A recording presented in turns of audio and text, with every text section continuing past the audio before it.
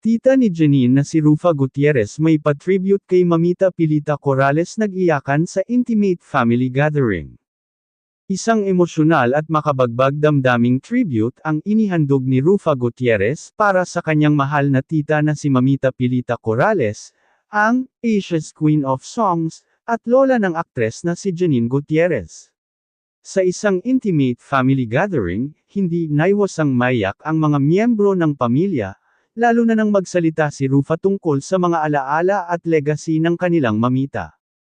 Rufa, you are more than just an icon to us, you are our strength, our light, our mamita. Sa kanyang heartfelt message, ibinahagi ni Rufa kung gaano kalaki ang naging papel ni Pilita sa kanilang pamilya.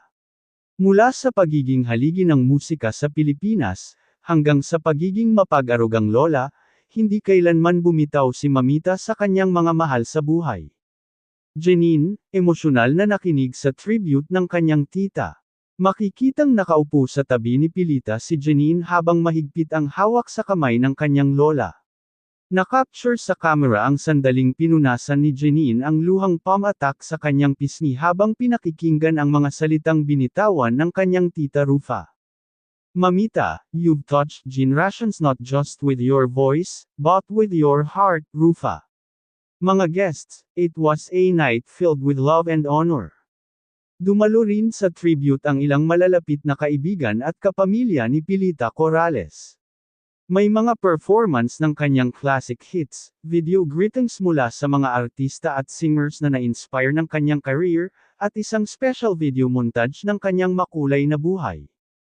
Pilita, hindi ko inaasahan to, salamat sa inyong lahat. Napaiyak at napatawa rin si Mamita sa gitna ng tribute, lalo na nang i-replay ang kanyang iconic performances noong 70s at 80s. Tinawanan niya ang kanyang signature poses, pero ramdam ng lahat ang lalim ng pasasalamat sa kanyang mga mata. Legacy, family, at pagmamahal. Sa kabila ng kanyang legendary status sa showbiz, ipinakita ng tribute na si Pilita Corrales ay higit pa sa isang alamat, isa siyang inang mapagmahal, lola na maalaga, at pusong Pilipinong walang kapantay.